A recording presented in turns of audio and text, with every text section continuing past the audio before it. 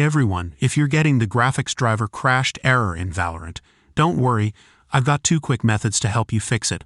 Let's jump right in. Method 1. Update graphics drivers. First, open Device Manager by typing it into the search bar.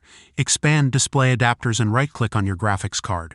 Select Update Driver and then click Search automatically for drivers. If it says the best drivers are already installed, go back and choose Browse My Computer for drivers. Select Let Me Pick from a list, choose the second option, and click Next to install it. Method 2. Delete crash files. Open Run by typing it into the search bar. Type %localappdata% and hit Enter. Navigate to the Valorant folder. Open Saved, open Config. Delete the folder called Crash Reports Client. Next, go back to the saved folder, open Web Cache, and delete everything inside it, or delete the whole folder.